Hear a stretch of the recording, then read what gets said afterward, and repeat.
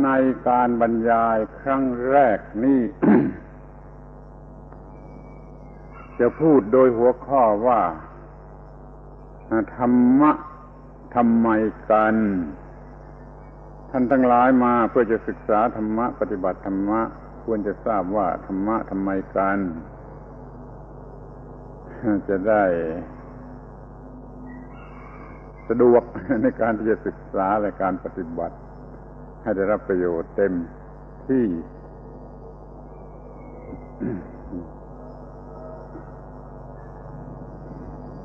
In today's talk,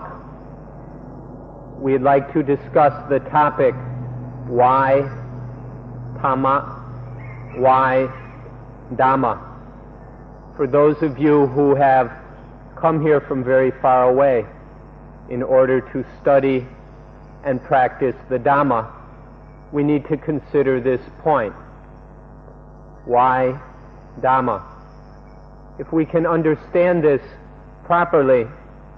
then our study and practice will go along smoothly and efficiently. And so we will speak on this subject today.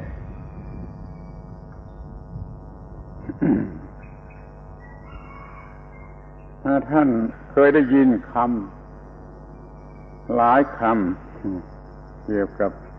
ธรรมะนี้เช่นคำว่า Buddhism เช่นคำว่า Teaching of the Buddha พุทธธรรมะพุทธศาสนา ซึ่งทำให้เกิดความเข้าใจไขว้เขวหรือถึงกับขัดแย้งก็ได้ขอให้เข้าใจว่าคำว่าธรรมะนั่นมันหมายถึงสิ่งหนึ่งซึ่งจะเรียกชื่อด้วยชื่อต่างๆเหล่านั้นได้ธรรมะโดยเนื้อแท้ก็คือ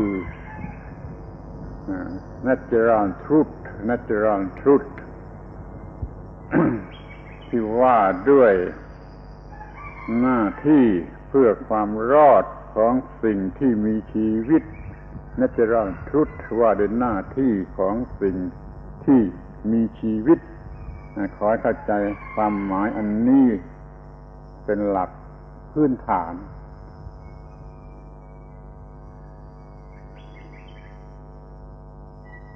All of you have heard about something called Buddhism, or maybe the Buddha Sasana, the teaching of the Buddha, the Buddha's instruction, and things like this. Often, these words become opportunities for us to engage in arguments and conflict through our varying opinions about what these things may be. However, Buddhism, Buddha Sasana, etc., can also be names for this thing we call Dhamma, various aspects of Dhamma. But in a deeper sense, this thing Dhamma can be called natural truth, which is the natural truth regarding the emancipation of life, or the emancipation of the mind. This is what we mean by Dhamma.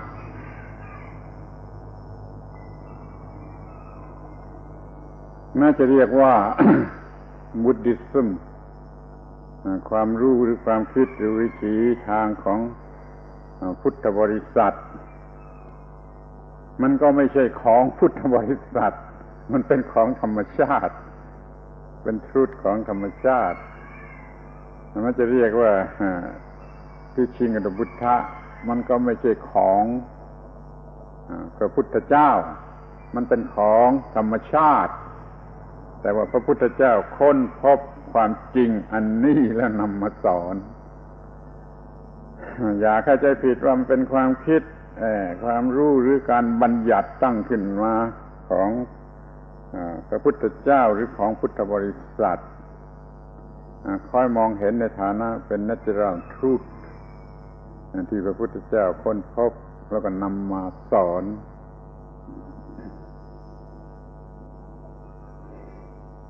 Even though this, we may call this Buddhism, or see it as something involving Buddhists, Buddhist monks, nuns, laymen, and laywomen,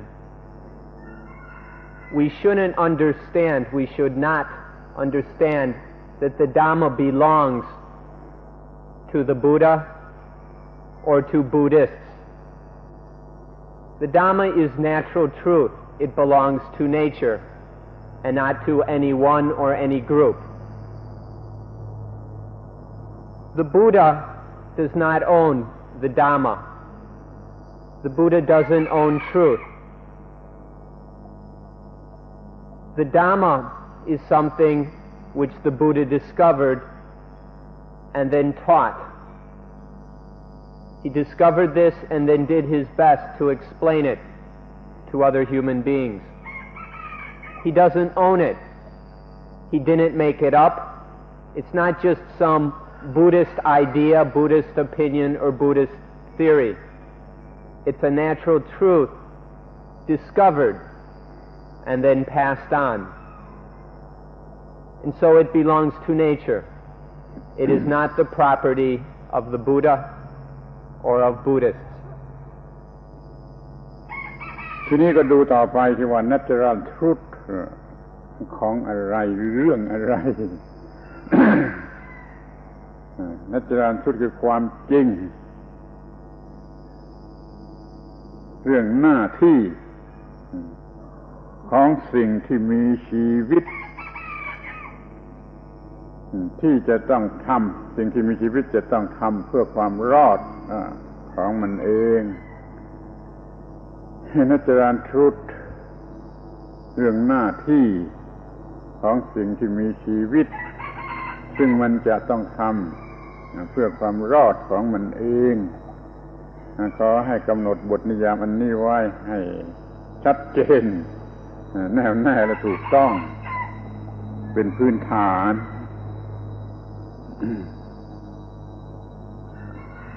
This natural truth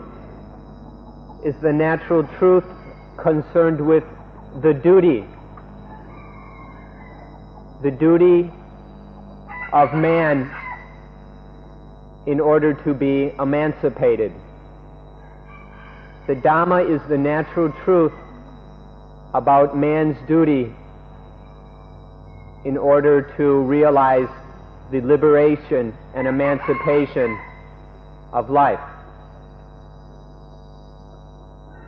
This is a very natural thing. Please understand this definition and remember it. If you understand this explanation of what Dhamma is, it won't limit you and it won't lead to conflicts and arguments with other groups and traditions. เมื่อถามว่าหน้าที่อะไรหน้าที่อะไรก็คือหน้าที่ในการอยู่รอดนี่ก่อนแล้วก็รอดอยู่อย่างเย็นเราต้องการความหมายของคำว่าเย็นซึ่งเป็นคำแปลของคำว่านิพพานปราศจากนิพพานก็ไม่มีพุทธศาสนาคำว่านิพพานแปลว่าเย็นหน้าที่ในที่นี้คือทำให้เกิดความรอดแล้วก็รอดอยู่อย่างเย็นไม่ใช่รอดอยู่อย่างร้อนไม่ใช่รอดอยู่อย่างเต็มไปด้วยปัญหาภาระต่างๆนี่คือหน้าที่อย่างนี้ What kind of duty is this we're talking about? We're talking about a duty in order to survive, the duty of survival. But this survival we're talking about is a survival that is cool. The word cool is a translation of the word nibbana, which is the highest, most perfect thing in Buddhism. And so, this is a duty that aims at a cool survival. Not a survival that is still troubled with heat and problems, but survival that is cool. This is the duty that we're talking about.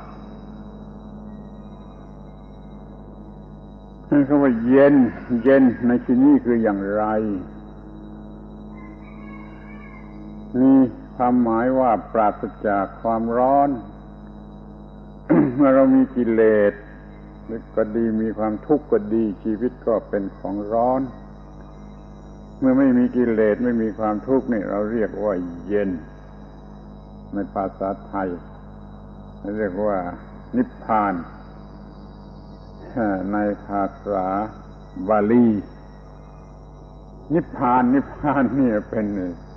จุดสูงสุดเป็นสัมมัมโบนัมอัตโมกุตเนสของพุทธศาสนามุ่งไปที่นั่นเป็นจุดสูงสุดแล้วก็เรียกว่าภาวะที่เย็น หน้าที่เพื่อให้เกิดชีวิตเย็นเรียกว่าธรรมะหน้าที่ให้เกิดชีวิตเย็นเรียกว่าธรรมะ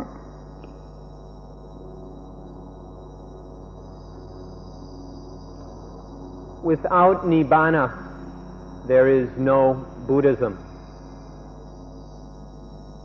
Nibbana means coolness.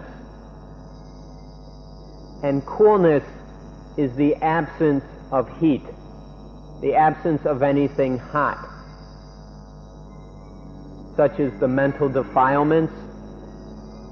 greed, hatred, delusion, and so forth, or more simply, the heat of suffering, of dukkha.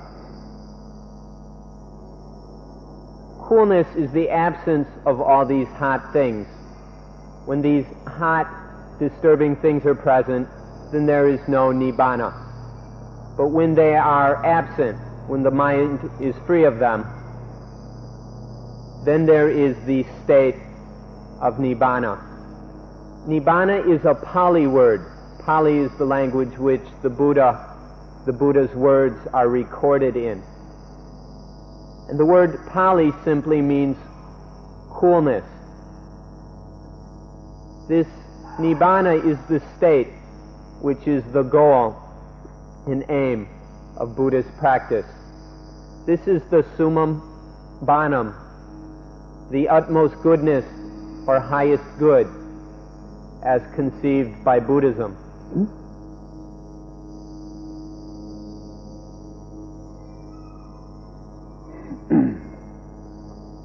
ยกตัวอย่างที่จะเห็นได้ง่ายๆว่าเราเย็นต่อเมื่อเราไม่อยู่ใต้อิทธิพลของสิ่งที่บีบคั้นจิตใจซึ่งทำให้เรามีความรู้สึกสองอย่างคือพอใจกับไม่พอใจพุทธศาสนาต้องการให้อยู่เหนือความรู้สึกของสองอย่างนี้เพราะว่าพอใจก็ไม่ใช่ความยังไม่ใช่ความสงบไม่พอใจก็ยังไม่ใช่ความสงบเราจะต้องว่างจากทั้งพอใจและทั้งไม่พอใจเราจะต้องไม่อยู่ภายใต้อิทธิพลของ positivism และ negativism ทั้งคู่เลยนี่ตัวอย่างความเย็น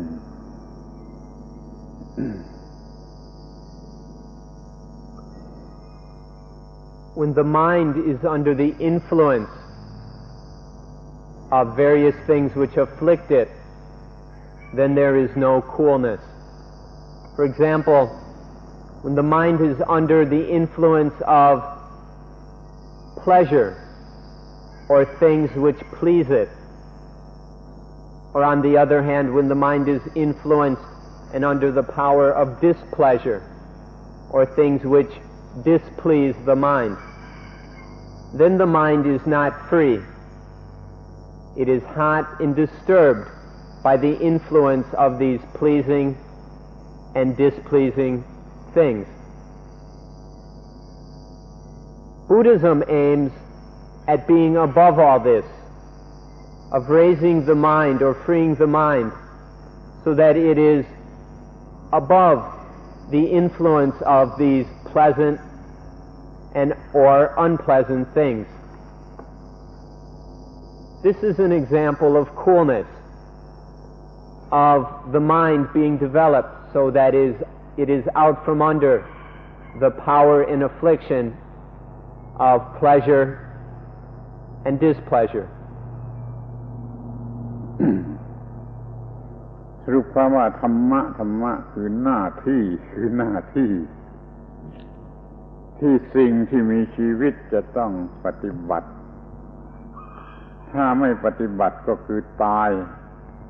หรือเป็นอยู่อย่างทนทุกข์ทรมาน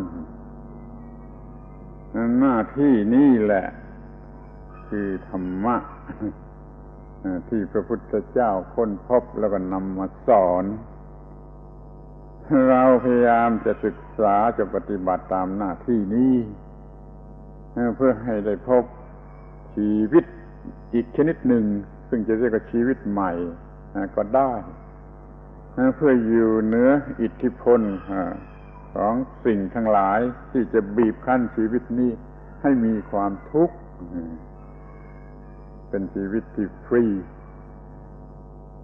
หน้าที่เพื่อประโยชน์แก่การมีชีวิตที่เป็นอิสระที่ฟรีจากปัญหาจากความทุกข์ทุกอย่างทุกประการ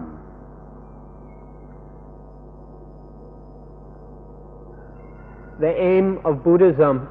is to be free of and out from under the influence of both positivism and negativism, these various dualities which afflict and disturb the mind. We can summarize all this by saying that this duty is the duty of survival such that the mind is free. If we do not fulfill this duty, if we do not practice as we must according to this duty, then the result will be death. So Buddhism is talking about, or the Dhamma is about this natural truth of the duty which leads to survival, to being free and out from under the influence of the various dualistic things which afflict and bother the mind. When the mind is out from under these influences, when it is above them, then we say that the mind is free. It is free of these pairs of opposites. And this is the kind of survival that is truly cool. ทีนี้เราก็จะดูกันต่อไปว่าหน้าที่นี่มันเกิดขึ้นมาได้อย่างไร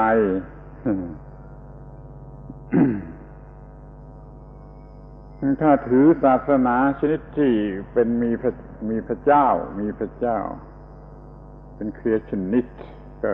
จะตอบว่าพระเจ้ากำหนดไว้ให้เป็นหน้าที่ที่ต้องปฏิบัติตามแต่พุทธศาสนาไม่ใช่ครีเอชันนิสต์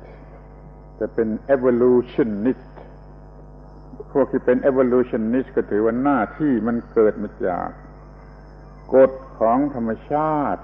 กฎของธรรมชาติ natural truth บัญญัติไว้อย่างกำหนดว่าอย่างนั้นกำหนดว่าอย่างนั้นไม่มีความคิดนึกอย่างคนแต่มันกำหนดไว้อย่างนั้นอย่างนั้นเหมือนกับกฎทั่วไปกฎวิทยาศาสตร์กฎอะไรทั่วไปเป็นกฎของธรรมชาติกำหนดไว้พระพุทธเจ้าไม่ได้บัญญัติขึ้นหรือไม่ได้ใช่ใครบัญญัติแต่งตั้งขึ้นมาเพียงแต่รู้ลึกลงไปถึงที่ธรรมชาติกำหนดว่าอย่างไรก็นำเอามาสอนเราจึงถือว่าไอ้หน้าที่นี่เกิดขึ้นมาจากกฎของธรรมชาติกำหนดไว้ให้สิ่งที่มีชีวิตทุกชนิดปฏิบัติตามมิฉะนั้นก็คือตายหรืออยู่อย่างเป็นทุกข์ทรมาน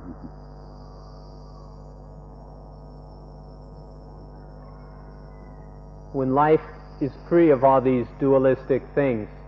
pleasing and displeasing, positive and negative things, then there is something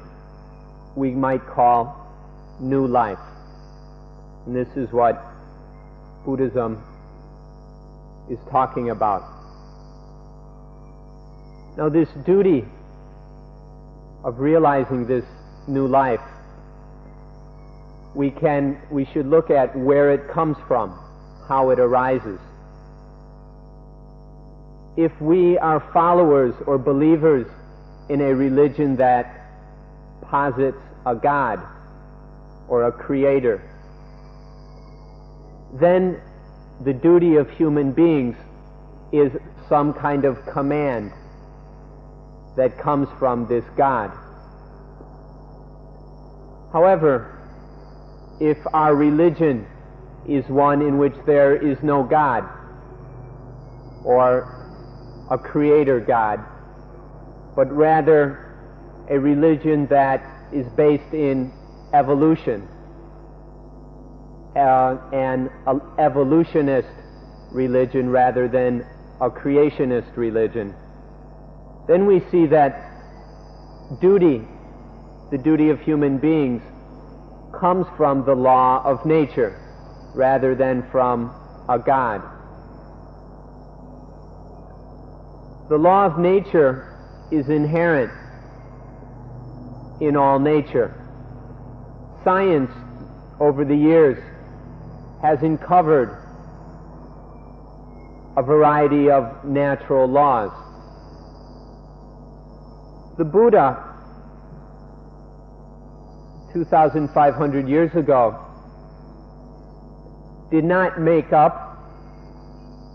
theories, hypotheses, or laws. What he did was merely look as deeply into life and nature as is possible, and in that way discover the law of nature, and in turn teach it to other beings. So in Buddhism, we're talking about a duty which arises from, which follows from the law of nature, which is something that all human beings can come to know and realize.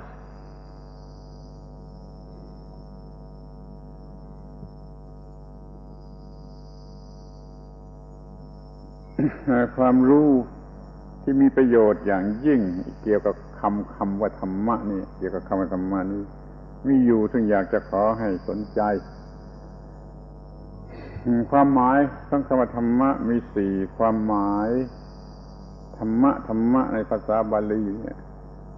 หรือธรรมะที่ท่านทั้งหลายคุ้นเคยในภาษาสันสกฤตมันมีสี่ความหมายหมายถึงหนึ่งหมายถึงธรรมชาติตัวธรรมชาติเองก็เรียกว่าธรรมะความหมายที่สองหมายถึงกฎของธรรมชาติกฎของธรรมชาติคือในตัวของธรรมชาติต้องมีกฎของธรรมชาติประจำอยู่ไอ้ส่วนที่เป็นกฎนี่เรียกว่ากฎของธรรมชาติก็เรียกว่าธรรมะในภาษาบาลีนี่ความหมายที่สามหน้าที่ตามกฎของธรรมชาติหน้าที่ตามกฎของธรรมชาตินี่ก็เรียกว่าธรรมะในภาษาบาลี นี่ผลที่เกิดมาจากการปฏิบัติหน้าที่ก็เรียกว่าธรรมะในภาษาบาลีคำว่าธรรมะคำเดียวเนี่ยมีถึง4ความหมายเราไม่อาจจะแปลเป็นภาษาใดภาษาหนึ่งโดยตรงต้องใช้คำเดิมว่าธรรมะแล้วใครรู้ว่ามันมี4ความหมายอย่างนี้แล้วความหมายที่สำคัญที่สุดก็คือความหมายที่3คือคำว่าหน้าที่หรือ duty in accordance with the law of nature นั่นคือตัวธรรมะที่ท่านทั้งหลายจะต้องศึกษาแล้วมาก็เพื่อจะศึกษาอันนี้ท่านจะรู้สึกหรือไม่รู้สึกก็ตามที่จริงท่านมาก็เพื่อจะศึกษาอันนี้หน้าที่ของมนุษย์ตามกฎของธรรมชาติปฏิบัติแล้วอยู่เหนือความทุกข์นี่คือคำว่าธรรมะโดยตรงโดยสมบูรณ์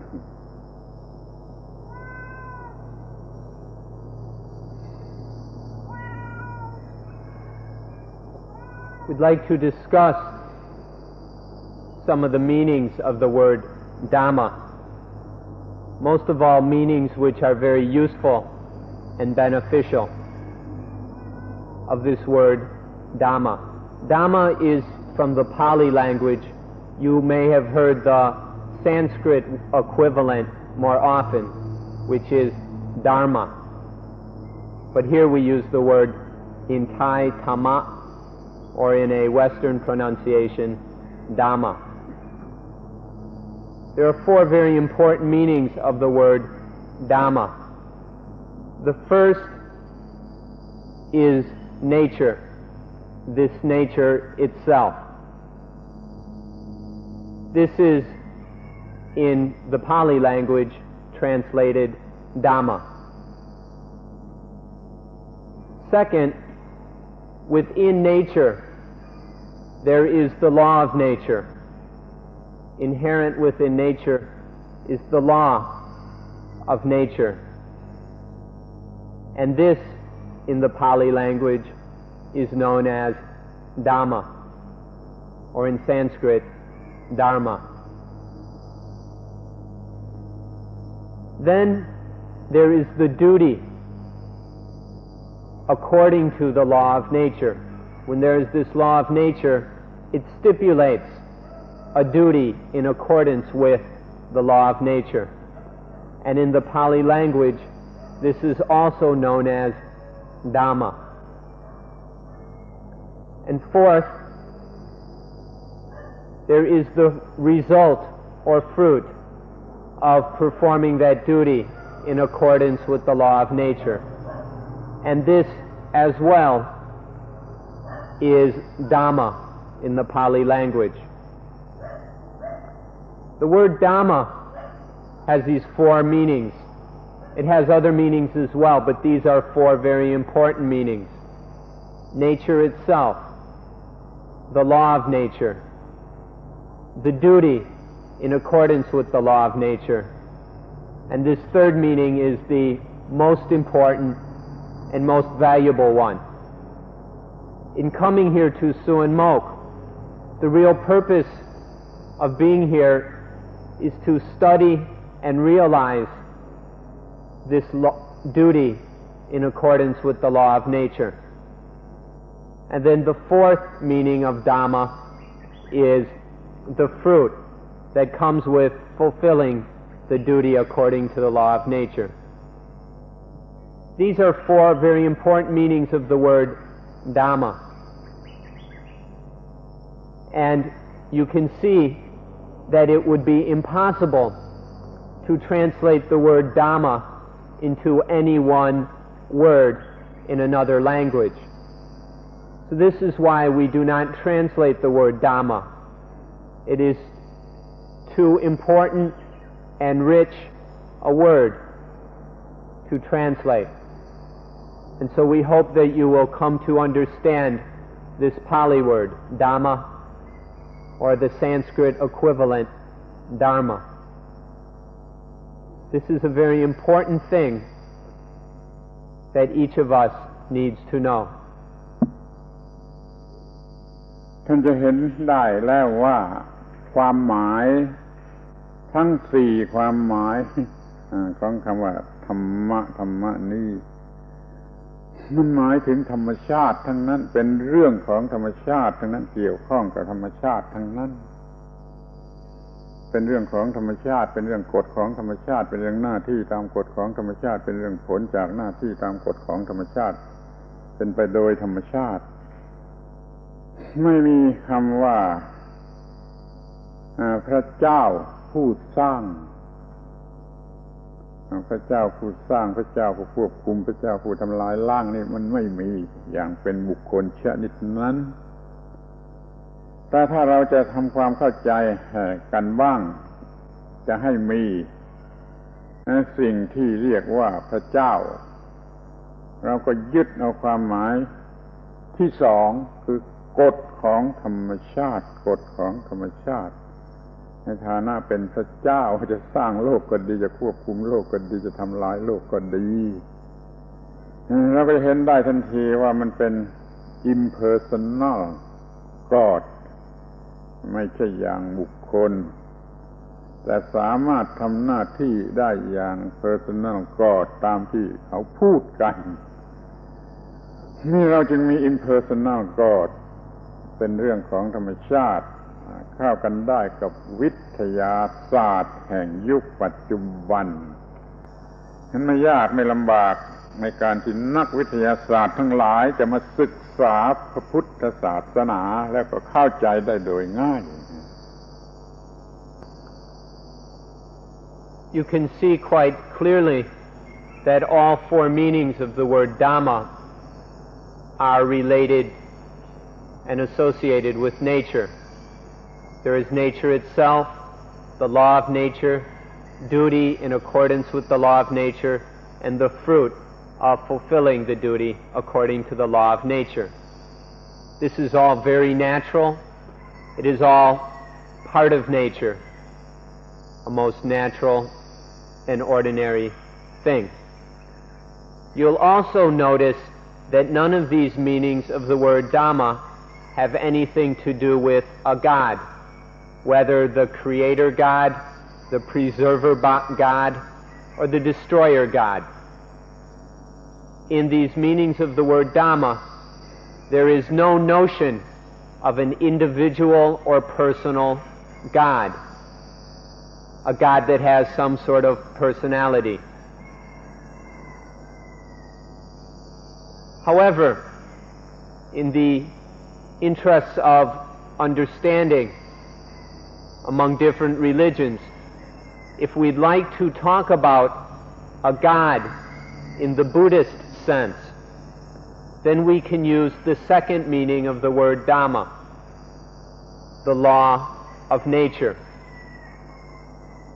If we need to, we can say that this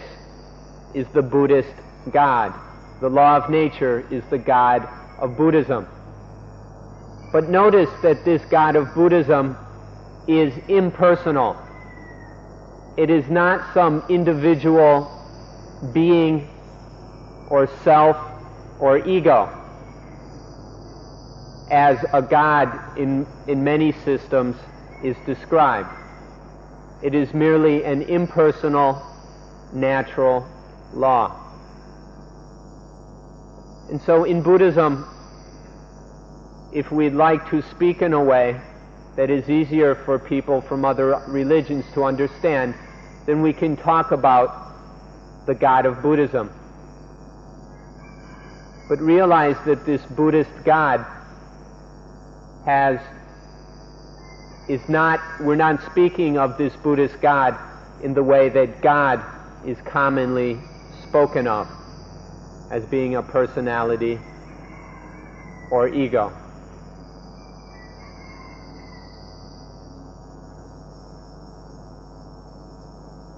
ที่ว่ามีวิถีทางอย่างเดียวกับวิทยาศาสตร์กฎของธรรมชาติในพุทธศาสนาก็คือไม่มีพระเจ้าผู้สร้างตัวตนไม่มีตัวตนที่พระเจ้าสร้างมีแต่ process of action and reaction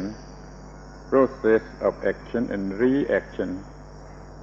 ตามธรรมชาติตามกฎของธรรมชาตินั่นเราจะต้องรู้แล้วเราจะต้องปฏิบัติให้ตรงตามเรื่องที่เราจะต้องการอะไรเราไม่ต้องการอะไรหรือเราต้องการอะไรเราจะต้องปฏิบัติให้ตรงตามกฎของ process of action and reaction ที่เรียกในพระพุทธศาสนาว่ากฎอิทัปปัจจยตามีลักษณะเป็นวิทยาศาสตร์ง่ายสำหรับนักวิทยาศาสตร์จะมาศึกษาพระพุทธศาสนาวิวัฒนาการตามธรรมชาติถ้าไม่มีกฎ process of action and reaction นี่หน้าที่มันเกิดขึ้นมาแก่สิ่งที่มีชีวิตก็เพราะว่ามันมีกฎอันนี้เราจึงเรียกว่าหน้าที่นี้เกิดขึ้นโดยกฎของธรรมชาติ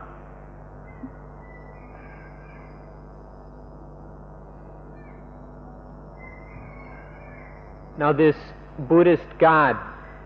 or the law of nature is something very scientific in essence. It's a very scientific approach to life. This is the kind of God which a modern scientist can be interested in. This law of nature is something that is completely fitting and understandable within the understanding of modern science.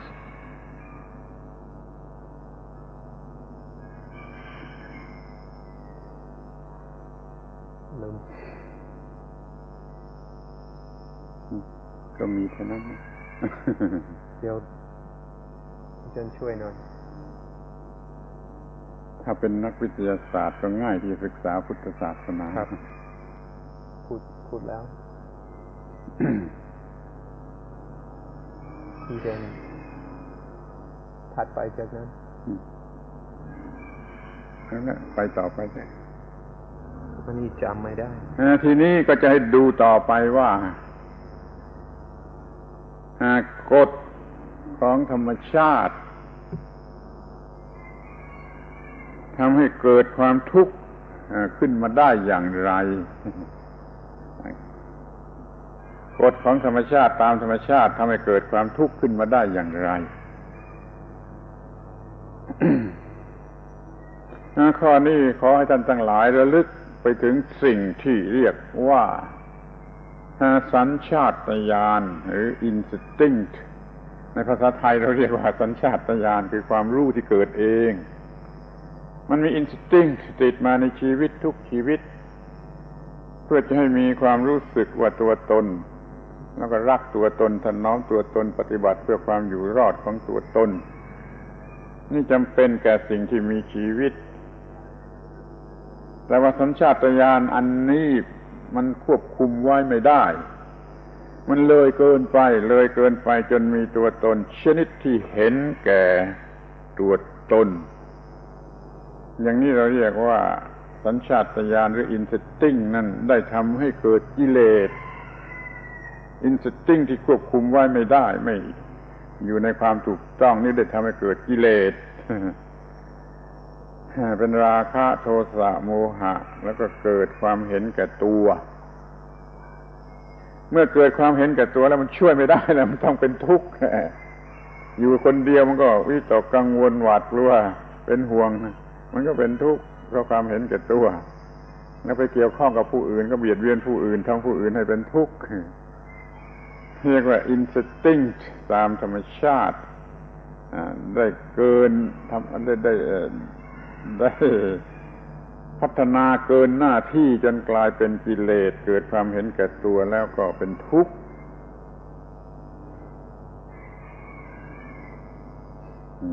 instinct ทำให้เกิดกิเลส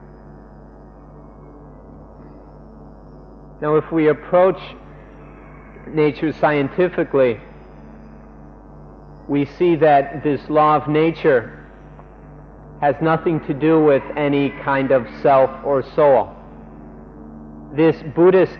God does not create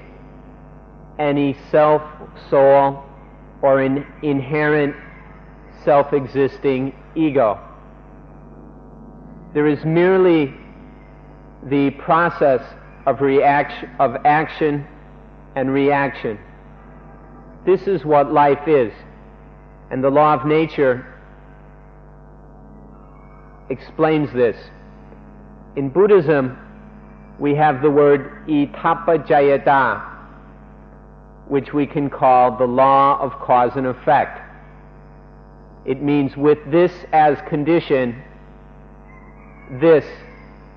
arises. Itappajayata. This is the Buddhist God, an impersonal law of nature, which explains this process of action and reaction. If we take this approach to nature, we will have no problems in dealing with modern scientific points of view and understanding. Furthermore, this law of nature, the law of cause and effect, explains how within this process of action and reaction there arises the thing we call dukkha, suffering, mental anguish, pain, ill, uneasiness, unsatisfactoriness. Itappajayata, this Buddhist God, shows how this problem of dukkha, of pain and suffering, is caused. To explain this, we need to mention the instincts. The instincts are a basic, natural level of knowledge which all living creatures have. Now, in human beings, these instincts are present as well, and in themselves they are no problem. But because of a lack of understanding of the way things really are, these instincts get out of control. And when the instincts get out of control, they become what we call defilements. The instincts which originally merely serve to allow the human being to survive, these survival instincts get out of control and become selfish. When the instincts are selfish, then, we no longer are operating in order to survive, but we are inflicting harm, pain, and suffering on others. We take advantage of others, we exploit them, we cause dukkha for others. And this is how the defilements arise, out of selfishness, which arises when the instincts get out of control. The law of nature, of cause and effect, explains this, that dukkha, suffering, arises out of these causes, as we have just explained.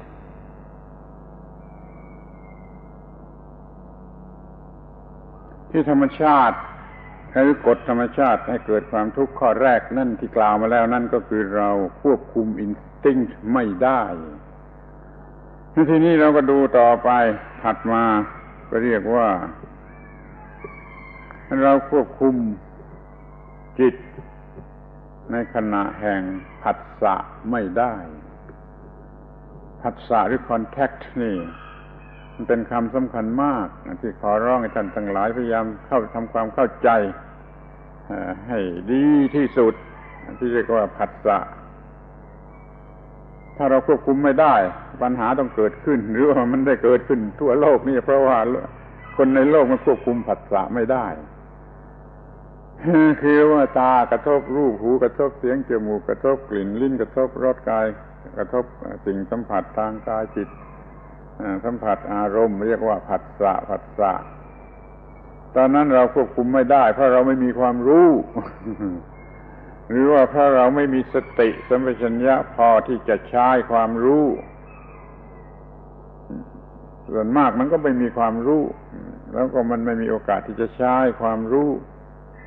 นี่ผัสสะคอนแทคนั้นมันก็ปรุงเป็นโปรเซสเซอร์ของกิเลสหรือความทุกข์คือผัสสะให้เกิดเวทนาสำหรับจะรักหรือจะไม่รักเวทนาโง่ชนิดนี้มันเกิดขึ้นแล้วก็ทำให้เกิดความอยากอย่างยิ่งอยากตามที่มันจะรู้สึกอย่างไรถ้าน่ารักก็อยากได้ถ้าไม่น่ารักก็อยากทำลายความอยากเป็นไปอย่างแรงกล้าอย่างนี้ก็เรียกว่าเกิดกิเลสแล้วก็เป็นความทุกข์เกิดขึ้นเพราะเราควบคุมผัสสะไม่ได้ผัสสะมีอยู่เป็นประจำวันทุกวันมากมายเราควบคุมไม่ได้ความทุกข์ก็เกิดขึ้นทุกวันสรุปความว่าเรามีความทุกข์เพราะเราควบคุมผัสสะไม่ได้ That was one way in which the law of nature explains the arising of suffering. A second way of how the law of nature explains this problem of suffering is that dukkha, mental anguish, arises because we are unable to control contact. This thing contact, or in Pali patsa or contact, is a very, very important thing that we need to get to know and understand. You may not have ever given it much thought, so let me take a bit of time to explain what we mean by contact. Contact is the sensory experience that occurs when the eyes see an object, or when the ears hear a sound, when the nose smells a smell, the tongue tastes a taste, the body feels a touch, or the mind knows a mental object. When the internal sense bases or 6 sense organs make contact with a corresponding external sense object, there comes about contact. Contact involves both the physical interrelationship between sense organ, which is internal, and sense objects, which are external. This happens physically, and then there is a bit of mental awareness, which we call sense consciousness. These three coming together, the sense organ, sense object, and sense consciousness, based on either the eyes, ears, nose, tongue, body, or mind. These three coming together is called contact, or patsa. And a simple way of thinking of this contact between these three things is as sense experience. This is what all our experience of life is made up of. This is what is taking place in the process of action and reaction. Contact becomes a problem when we are unable to control it, to manage it in a wise way. Because we are ignorant, because we don't understand how this works in reality, because we lack correct knowledge of this working of the mind, then the contact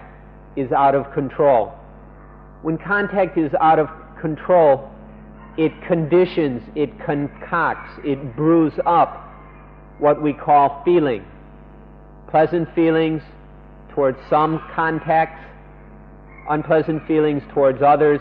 and an uncertain feeling where the mind doesn't know whether to be pleased or displeased. This is the third kind of feeling that can be conditioned or brewed up, cooked up by out-of-control contact. And then when we have these feelings, these lead to craving to get more of those pleasant feelings, craving to get rid of, to destroy those unpleasant feelings, and a craving to get out of the uncertainty, which leads to some kind of snappy, foolish judgment about the feeling.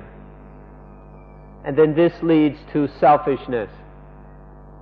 and the problems of dukkha. So this is how dukkha arises according to the law of nature. This is a second aspect on that arising of dukkha, mental suffering. ในประการที่สามอย่างที่สาม เราจะพูดว่าเราควบคุม egoism หรือ egoistic concept ไม่ได้เราควบคุมมันไม่ได้มันก็กลายเป็นความเห็นแก่ตัวเรื่องนี้ยากมากเพราะว่า egoism เนี่ยมันเป็น instinct ที่มันติดมากับชีวิตขอให้ท่านสนใจเรื่องนี้ให้ดีเพราะมันเป็นปัญหาของธรรมะ egoism เนี่ยมันทำให้เกิดเป็นความคิดว่าตัวตนว่าของตนแล้วก็เห็นแก่ตนแล้วก็เป็นทุกข์มันเกิดตามธรรมชาติตามสัญชาตญาณอย่างที่จะขอยกตัวอย่างว่าเด็กทารกเล็กๆเนี่ยมันเดินไปชนเก้าอี้มันก็คิดขึ้นมาได้เองว่าเก้าอี้เนี่ยเ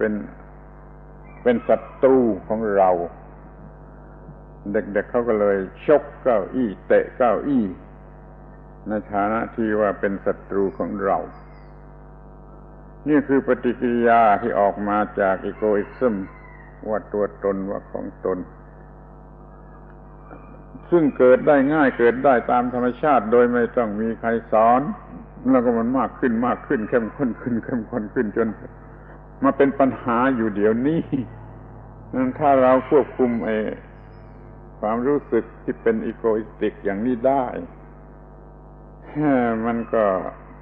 จะไม่มีปัญหาอะไรเลยจะไม่เกิดกิเลสใดๆจะไม่เกิดความเห็นแก่ตัวหมดก็เลยอยู่สบายทั้งส่วนตัวและส่วนที่เกี่ยวกับผู้อื่นนี่ธรรมชาติมันให้มีอินสติ้งมาสำหรับให้เกิดอีโกอิซึมแล้วก็เกิดเซลฟิชเนสแล้วมันก็มีปัญหาซึ่งเราปัดเป่ากันไม่ค่อยจะหวาดไหวในวันหนึ่งขอให้ท่านรู้จักสิ่งนี้ว่าควบคุมไม่ได้ก็เกิดปัญหาความรู้ทางธรรมะจะช่วยให้สามารถควบคุมสิ่งเหล่านี้ก็คือจะช่วยแก้ปัญหานั่นเอง A third angle on this problem of dukkha, suffering, is that of being unable to control egoism or egoistic concepts, self-centered thinking. Because these things cannot be controlled, there arises this problem of mental anguish, suffering, despair, and pain. To control this is quite a difficult thing to do, because this egoism is something that has been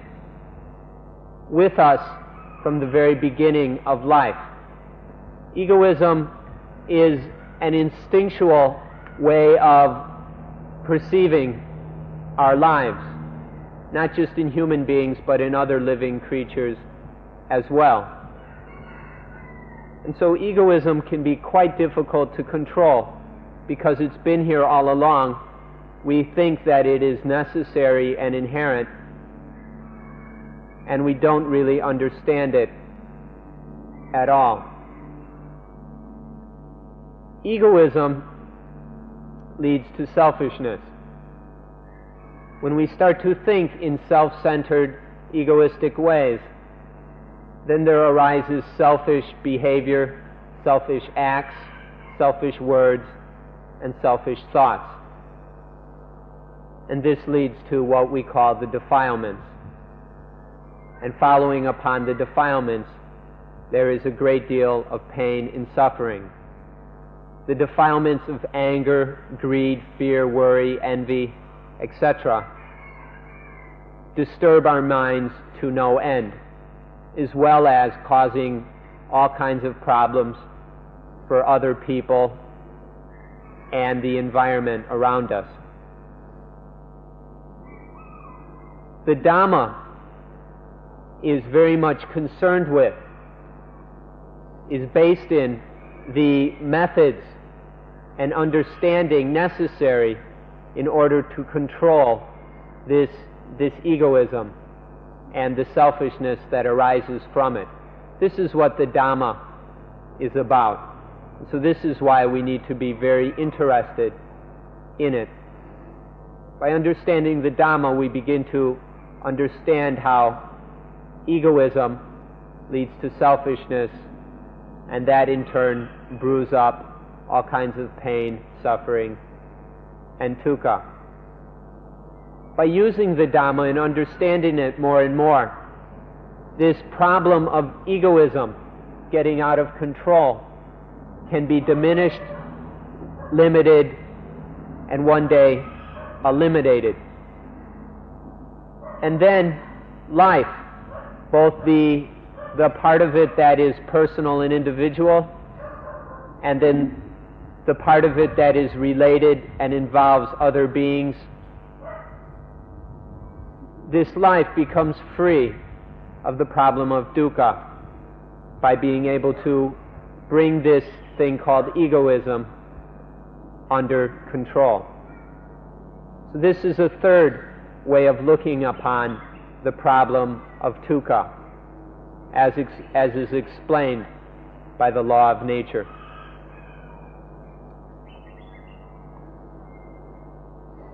ที่นี่ก็มาดูในฝ่ายตรงกันข้าม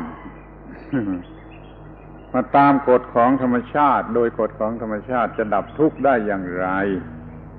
ที่แรกมาพูดว่าเกิดทุกข์ได้อย่างไรเดี๋ยวนี้จะพูดว่าจะดับทุกข์ได้อย่างไรมันก็คือนัยยะอันตรงกันข้ามคือการพัฒนาสัญชาตญาณให้เป็นโพธิเมื่อกี้สัญชาตญาณไม่ได้รับการพัฒนาที่ถูกต้องมันไปตามบุญตามกรรมก็ไปเป็นกิเลสฉะนั้นความมีตัวตนเป็นสัญชาตญาณไม่ได้รับการควบคุมไม่พัฒนาที่ถูกต้องมันก็กลายเป็นกิเลสคือเห็นแก่ตนเป็นกิเลสความโลภความโกรธความหลงนั่นน่ะมันไม่ได้พัฒนามันก็เป็นกิเลสทีนี้ความมีตัวตนเนี่ยทำให้มีการพัฒนาที่ดีให้มีตัวตนที่ถูกต้องคือให้มีตัวตนที่มีโพธิมีปัญญารู้ว่าอะไรเป็นอย่างไรโดยเฉพาะรู้ว่าทุกข์เป็นอย่างไรเหตุให้เกิดทุกข์เป็นอย่างไรความดับทุกข์เป็นอย่างไรทางถึงความดับทุกข์เป็นอย่างไรสัญชาตญาณนี้ก็กลายเป็นโพธินี่มันจะมาในทางที่ว่าจะดับทุกข์ถ้าเป็นไปในทางกิเลสมันก็เป็นไปในทางที่จะเกิดทุกข์มากขึ้นถ้าเป็นไปในทางโพธิมันก็จะดับทุกข์ได้มากขึ้นฉะนั้นเรามีวิชาที่เรียกว่าธรรมะหรือปฏิบัติธรรมะนี่จะควบคุมสัญชาตญาณไว้ถูกต้องหรือว่าพัฒนามันให้กลายมาเป็นโพธิรู้อย่างครบถ้วนทั่วถึงว่าเรามีหน้าที่อย่างไรปฏิบัติอยู่อย่างไรจึงจะไม่เกิดความทุกข์เนี่ยอาศัยกฎของธรรมชาติอีกเหมือนกันโดยการพัฒนาสัญชาตญาณให้เป็นโพธิ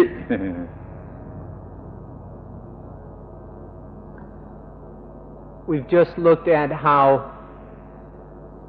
dukkha arises under the law of nature. Now we'd like to look at the opposite side of the picture. which is the extinction of dukkha. Dukkha is like a fire burning the mind. And so we need to be very interested in the putting out of that fire, the extinguishing of the fire of dukkha. And so we will look at the extinction of dukkha, suffering, pain, mental anguish. We mentioned how that the instincts, if they get out of control, develop into the defilements. This is one direction which the instincts can develop in. However, it is not the only one. If there is knowledge and understanding that is correct, then these basic neutral instincts that are a part of all life, these basic instincts can be developed in a different direction. With knowledge, these instincts can be developed in the way of poti or bodhi, which we can call enlightenment. Rather than through ignorance allowing the instincts to develop into defilements, we, through knowledge, develop the instincts into enlightenment. Taking these instincts and working with them, developing them, and so that they work and function on a higher and higher level. This leads to enlightenment. This is the opposite of defilement. And as enlightenment develops, it brings about the extinction of dukkha. The defilements lead to dukkha, to all sorts of pain and problems, both personal and for those around us. But enlightenment brings about the extinction of dukkha. Through enlightenment, the mind and life are freed from defilement. And then there is the coolness of when dukkha is extinguished. This also depends upon the law of nature, the law of cause and effect. ทีนี้เราก็จะย้อนไปดูถึงคำว่าหน้าที่หรือธรรมะอีกทีหนึ่งเป็นการสรุปความ ธรรมะคือหน้าที่หน้าที่คือธรรมะธรรมะคือหน้าที่ก็ให้มองเห็นชัดว่ามันเป็นอย่างนั้นที่จะดูว่าหน้าที่นี้มีความสำคัญหรือมีคุณค่าอย่างไรพูดตามสำนวนภาษาไทยก็เรียกว่าทำให้ไม่เสียชาติเกิดสำนวนไทยว่าไม่เสียชาติเกิดหรือคุ้มค่าที่ได้เกิดมาเราได้เกิดมาเป็นมนุษย์มีชีวิตเราถือว่ามีค่าฉะนั้นในชีวิตนี้จะต้องได้อะไรจะต้องมีอะไรจะต้องทำอะไรจึงจะมีค่าหรือคุ้มค่าของการที่ได้มีชีวิตและไม่เสียชาติเกิดมิฉะนั้นก็เท่ากับไม่ได้เกิดคือเกิดมาอย่างไม่รู้ว่าจะต้องทำอะไรมันก็ทำไปตามกิเลสหรือความโง่ของสัญชาตญาณก็ไม่ได้อะไรดีพอที่จะเรียกว่ามนุษย์มันเป็นเพียง sentient being ตัวหนึ่งเท่านั้นมันไม่ได้มีความเป็นมนุษย์หรือ human being ขอให้มองเห็นว่าค่าของหน้าที่นี่เราปฏิบัติแล้วทำให้เรามีความเป็นมนุษย์ที่สมบูรณ์ the man perfected ขึ้นมา Now that we've talked about the extinction of dukkha, let's go back and consider the word duty again, the duty in accordance with the law of nature. When there is the possibility of the extinction of dukkha, which is dependent upon the law of nature, then there arises the duty of life. here we are, we've been born on this planet. And so we need to look at the importance of, the value of this thing we call the duty of life. A Thai way of phrasing this is to ask, what is it, to talk about this duty or its value, is that how is it that we don't waste this birth? How is it to not waste this life? Or how do we protect the investment of this life so that it doesn't become a loss, a waste of time, a waste of a life? This is a Thai way of phrasing this, even though I've sort of messed it up with my translation.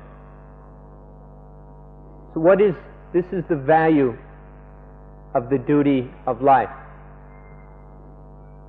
We've been born. What are we going to do about it?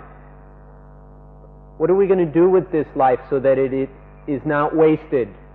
frittered away, and blown on silly and useless things? So we need to look at, what is this duty? Where does it come from? Where does it head? The duty centers upon this problem of dukkha. What is dukkha? It is our duty to find out. Where does dukkha come from? How does it happen? What is the end of dukkha?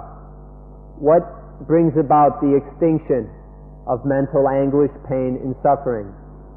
And what is the way that this happens? This is our duty, to discover these things. If we don't show an interest in this duty, we will be merely sentient beings. We'll be bodies with some mental processes walking around, but never developing to a very high or exalted level. So without interest in the duty of life, then there is no development beyond being a sentient being. But if this duty is studied, practiced, and perfected, then there comes the realization, which we can call the perfection of life, to be a perfected human being. This comes about through the performance of this duty, through the development of life in the way of enlightenment. So this is the value and importance of the duty of life, the duty in accordance with the law of nature. If it is practiced fully, it leads to human perfection. ทีนี้คุณค่าของชีวิตที่เราจะต้องมองต่อไปเป็นสองอย่างคือฝ่ายเราเองก็จะมีชีวิตรอดอยู่อย่างเย็นรอดชีวิตอยู่อย่างเย็นนี่ค่าฝ่ายตัวเราเองที่เกี่ยวกับผู้อื่นก็เป็นประโยชน์แก่ทุกฝ่ายเราเองได้มีชีวิตรอดคือไม่ตายแล้วก็รอดอยู่อย่างเย็นไม่มีปัญหาไม่มีความทุกข์มีความเป็นอิสระมีความสงบรวมกันแล้วก็คือความรอดที่สมบูรณ์ซึ่งเป็นจุดมุ่งหมายของทุกศาสนาเรามีชีวิตเย็นตลอดไปนี่เรื่องของเราที่เรื่องของผู้อื่นให้เราเป็นมีชีวิตที่เป็นประโยชน์แก่ทุกฝ่ายให้เรามีความรู้มีความสามารถเอาตัวรอดได้อย่างไรแล้วก็ช่วยให้ผู้อื่นมีชีวิตรอด ได้อย่างนั้นนี่เรียกว่าเป็นประโยชน์แก่ผู้อื่นอันนี้สำคัญเพราะว่าธรรมชาติหรือกฎของธรรมชาติกำหนดมาอย่างนั้นคือกำหนดมาสำหรับเราไม่ได้อยู่คนเดียวในโลกธรรมชาติกำหนดสำหรับเรามาอยู่ด้วยกันมากๆและการที่เราจะมาอยู่ด้วยกันมากๆได้นั่นเราต้องมีอะไรที่เป็นเครื่องประสานกันให้อยู่กันได้มันก็คือประโยชน์นั่นเองต่างฝ่ายต่างทำประโยชน์แก่กันมันเป็นการประสานกันอย่างดีมันก็อยู่กันได้ก็มีธรรมะถูกต้องมีหน้าที่ถูกต้องที่จริงโลกนี้ยังจะอยู่ได้อีกมากถ้าว่าทุกคนมีธรรมะมีความถูกต้องเป็นประโยชน์แก่กันและกันโลกนี้จะบรรจุคนได้มากกว่านี้ไม่ต้องคุมกำเนิดก็ได้แต่เดี๋ยวนี้มันอยู่กันอย่างไม่ถูกต้องไม่รักกันไม่เอื้อเฟื้อกันไม่ช่วยเหลือกันเลยมีปัญหาว่าคนมันมากซะแล้วจะต้องลดจำนวนคนต้องคุมกำเนิดอย่างนี้มันไม่ได้ถูกตามที่กฎธรรมชาติกำหนดมาแล้วเป็นว่าเราจะต้องมีชีวิตที่มีคุณค่าแก่ตัวเราเองมีชีวิตเย็นมันก็มีคุณค่าที่ทำประโยชน์เป็นประโยชน์แก่ผู้อื่นทุกคนในโลกด้วยนี่ก็เรียกว่าประโยชน์ของธรรมะประโยชน์ของหน้าที่คือธรรมะนั่นเอง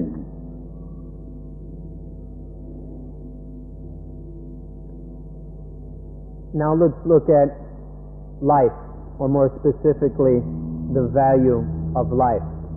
If we look to see what value and meaning life has, we can see this in basically two ways. The first value of life is individual. It involves our own survival, but not just merely surviving in a way that is full of disease, illness, pain, and suffering, or heat, but survival that is cool, surviving in genuine tranquility and peace. This is the value of life for each of us, to develop life according to the law of nature, so that there is survival in the highest sense, not a petty low level of survival where the body survives but the mind is pestered by the defilements, but a high level of survival that achieves human perfection. This is one side of the value of life. There is another aspect to it as well, and this is the value of life for the benefit of others, living and doing things to help and aid other beings. The law of nature has stipulated that we live on this planet in large numbers. It hasn't developed that each of us is alone, one of us per planet,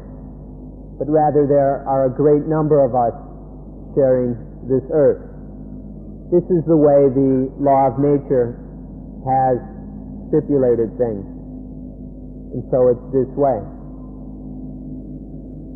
Now, there being many of us on this planet requires that we live and work together. There will be many interrelationships and social contacts. Our duty on this social level or community level is to live correctly in a way that causes no harm to other beings. This means to live in a way that is based in correctness. When we find ourselves living together in these large numbers, we need to live for the benefit of each other rather than for our own selfish interests. If we all took correctness, living rightly, as our common interest, then there would be no problem. If we would just do what was correct, this world would not be in all the problems that it finds itself in. For example, there would be no need for birth control if we were living correctly. According to the law of nature, birth control is not a proper thing. But nowadays, because we are living so selfishly and so incorrectly, many problems have been created, and an attempt to deal with those problems is birth control. This has arisen because we haven't been living correctly. But if we can root ourselves in correctness and take this as the common interest, do what is beneficial for each other, help each other in sharing and in benefit, then this common interest can lead to true coolness on a social level as well, where not only is there internal peace and tranquility, but there is outer, external, social peace and tranquility. And then there is a very complete, cool and tranquil life in which there is coolness both inside and out. When there is true survival both on the personal level and on the social or species level. These are two aspects to the value of life. Life lived according to the duty that follows from the law of nature, which brings about personal survival on the highest level, and doing the outer duty of living correctly so as to benefit all other beings. This is the second value of life.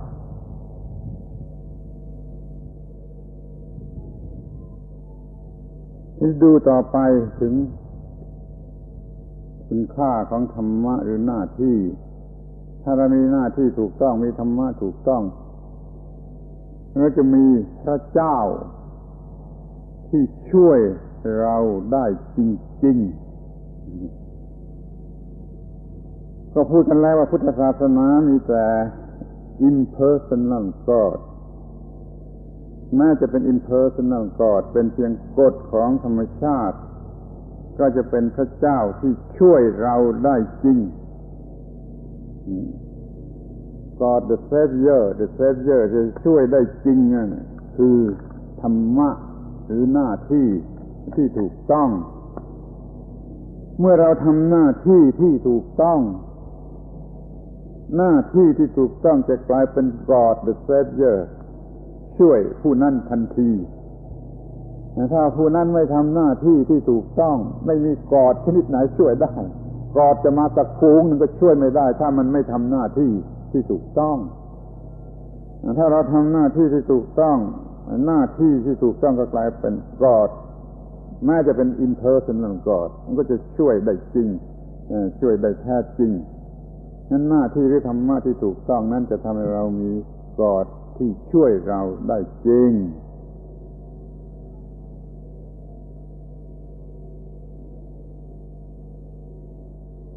The duty of life in accordance with the law of nature, when performed correctly, will cause a God to appear that can genuinely help us. In Buddhism, remember, we were talking about an impersonal God. But when we do our duty as human beings, then this God, this impersonal God, the law of nature, can truly help us. If we refuse to do our duty, if we're unwilling to learn what the duty is and follow it, then there's no way that any God can help us. If we continue to be ignorant or foolish, unwilling to learn what this duty is, and merely following our old habits and patterns, then we'll continually get ourselves into the problem of dukkha. And there's nothing about this that any God can do. A God can't help us if we're not interested in doing our duty. A flock of gods, a herd of them, could still not help you as long as there is no doing of the human duty. But as soon as we begin to do this duty, then God, the law of cause and effect, can begin to help us. Through performing this duty, the law of cause and effect is on our side and then becomes our savior. This law of cause and effect can save us if we do the duty of life. And that this law of nature, this impersonal God, will then save us from dukkha, from mental pain and suffering, and bring about survival on the highest level. So this is how doing our duty in accordance with the law of nature gives rise to a God who can truly save us.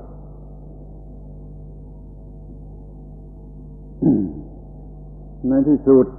ขอให้ท่านมองเห็นว่าศาสนาทั้งหลายมีอยู่มากในโลกทั้งหมดนี้แบ่งออกเป็นสองพวกพวกหนึ่งเชื่อว่ามีพระเจ้าผู้สร้างเราเรียกกันรวมๆว่าพวก Creationist ผู้ที่ถือว่ามีพระเจ้าเป็นผู้สร้างแล้วก็มีหลายศาสนาที่ศาสนาพวกหนึ่งไม่เชื่ออย่างนั้นไม่ถือว่ามีพระเจ้าผู้สร้างมีแต่กฎของธรรมชาติเป็นกฎของวิวัฒนาการเราเรียกพวกนี้ว่า evolutionist ท่านจำคำสองคำนี้ไว้ดีว่า creationist จะมีพระเจ้าอย่างบุคคลนั่นว่า evolutionist ไม่มีพระเจ้าอย่างบุคคล แต่ก็กล่าวได้ว่ามีพระเจ้าอย่างที่เป็น impersonal God คือกฎของธรรมชาติเดี๋ยวนี้ท่านทั้งหลายกำลังมาศึกษาศาสนาของพวก evolutionist คือพุทธศาสนาท่านก็ต้องเข้าใจว่ามันมีหลักเกณฑ์อย่างนี้มันมี duty หรือมีธรรมะนั่นแหละเป็น God เป็น impersonal God ท่านปฏิบัติตามแล้วหน้าที่นั้นก็กลายเป็น God แล้วก็ช่วยจริงช่วยทันทีช่วยไม่จำกัดเวลาไม่ต้องรอต่อตายแล้วไม่ต้องรอต่อตายแล้วไม่จำเป็นทำทันทีช่วยทันทีทำทันทีช่วยทันทีให้ถูกต้องตามกฎของอิทัปปัจจยตา the process of action and reaction แล้วมันก็มีความรอดมีคุณค่าของหน้าที่คุณค่าของธรรมะทำให้เรามีพระเจ้าที่แท้จริงช่วยเราอย่างนี้แต่เดี๋ยวนี้เราจะมาประสมประสานกันกลมเกลียวกันระหว่างสองฝ่ายคือ creationist และ evolutionist แล้วก็พอจะอธิบายกันได้ว่ากฎธรรมชาตินั่นแหละคือพระเจ้าผู้สร้างธรรมะคือกฎธรรมชาติธรรมะคือกฎธรรมชาติคือพระเจ้าผู้สร้างธรรมะคือหน้าที่ตามกฎของธรรมชาตินั่นแหละคือพระเจ้าผู้ช่วยแล้วก็มีสมบูรณ์กันทั้งสองฝ่ายทุกฝ่ายมีพระเจ้าผู้สร้างมีพระเจ้าผู้ช่วยเราจะต้องทะเลาะกันทำไม แต่ว่าถ้าจะต้องการศึกษาวิถีทางของพุทธศาสนาซึ่งเป็น evolutionist อย่างที่สุดนี่ก็ต้องศึกษาในข้อนี้ให้รู้จักสิ่งที่เรียกว่าธรรมะคือหน้าที่ธรรมะคือหน้าที่เป็นสิ่งสูงสุดที่พระพุทธเจ้าก็เคารพค้นพบแล้วเคารพแล้วเอามาสั่งสอนหวังว่าท่านทั้งหลายจะมองเห็นประโยชน์หรือคุณค่าที่สุดของสิ่งที่เรียกว่าธรรมะในลักษณะนี้แล้วก็จะตอบได้เองว่าธรรมะทำไมกันธรรมะทำไมกันเห็นว่าธรรมะทำไมกันและเรื่องของเราก็จบจะขอยุติการบรรยายในวันนี้ว่าเพียงเท่านี้ In the world there are a great many different religions but they can all be summarized within two categories. The first category are religions that hold that there is a creator, some sort of God that creates. And often there is a God who also preserves and destroys. This is one type of religion based in the concept of or belief in a creating God. The second type of religion is one that does not believe in such a God, but rather believes in evolution, the process of development through varying changes, in which there is no personal God involved. There are these two kinds of religions, creationist and evolutionist, as we have mentioned. In coming here to Suan Mokkh, you are now studying the second kind of religion, a religion that is evolutionist, a religion that is based in the law of nature or the law of evolution, that there is an evolutionary development that follows natural patterns of cause and effect, this process of action and reaction. This meaning of Dhamma, this law of nature, is the impersonal God of an evolutionary religion. There is both this evolutionary God, the law of cause and effect, and then there is the nature that follows from that law. And this we can call the Savior. The Savior in Buddhism is duty, doing the duty of human beings according to that law of cause and effect. If this duty is performed, then the highest fruits will be realized by human beings who perform that duty. And so if we look at Buddhism in this way, we see that within the word Dhamma, there is the meaning of both the God that creates. This law of nature creates everything that exists. And then there is the meaning of a Savior, the duty that saves us from dukkha,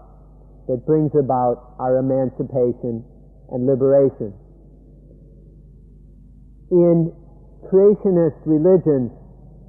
there is frequent talk about the Creator God and the Savior God. And now we can see that in evolutionist religions, there is also these aspects of God, or we could say the law of nature and the duty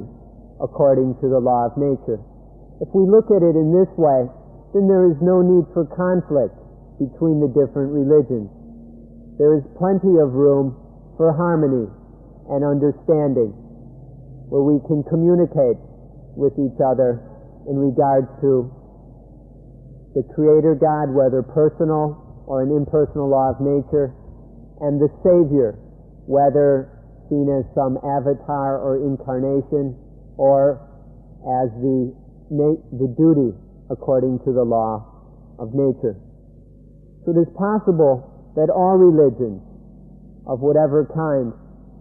can come together and share this mutual understanding, so that each of us can develop fully towards human perfection. As this duty, as this Savior, the duty according to the law of nature, is fulfilled more and more, then life becomes more and more liberated from all pain and suffering, and develops in the way of enlightenment.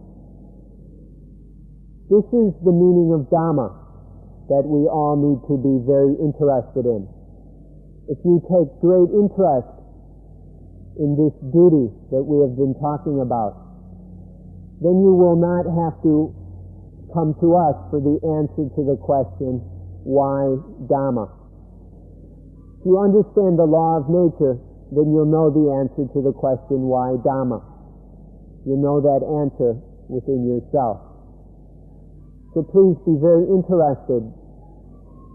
in this thing which we call the duty in accordance with the law of nature.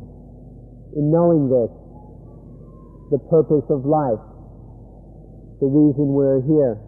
the value of life will become very clear. Dhamma, why Dhamma? We hope that you come to understand this more and more in the days ahead. If you do, then you will experience the immediate benefits of that knowledge. The knowledge of knowing Dhamma, of knowing the law of nature, and of knowing the duty according to the law of nature brings immediate results. It is not necessary to wait until after death to go to some heaven or paradise. By knowing this duty, it is possible to realize the highest possible thing for a human being here and now in this life. So there is nothing to wait about in this matter of our duty. It is something to be done here and now in order to realize its benefits and value here and now. So please be very interested in this thing, and you will understand why Dhamma. And on this point we will end today's talk. Thank you.